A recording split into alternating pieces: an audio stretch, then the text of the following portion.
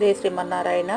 ఇది స్వామివారి ముఖద్వారం అండి. మనం దర్శనానికి వెళ్తున్నప్పుడు రైట్ సైడు అనంతాళ్వార్ల గుణపం ఉంటుంది, తప్పకుండా చూడండి.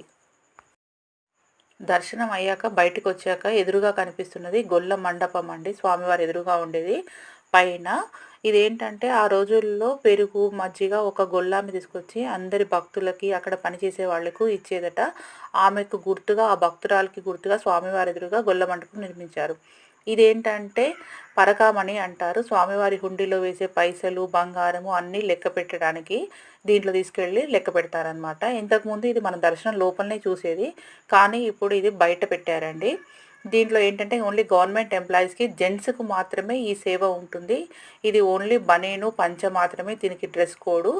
ఎటువంటి ఆభరణాలు ధరించకుండా వెళ్ళాలి. చెకింగ్ చాలా ఉంటుంది. దీన్ని పరకామణి అంటారు.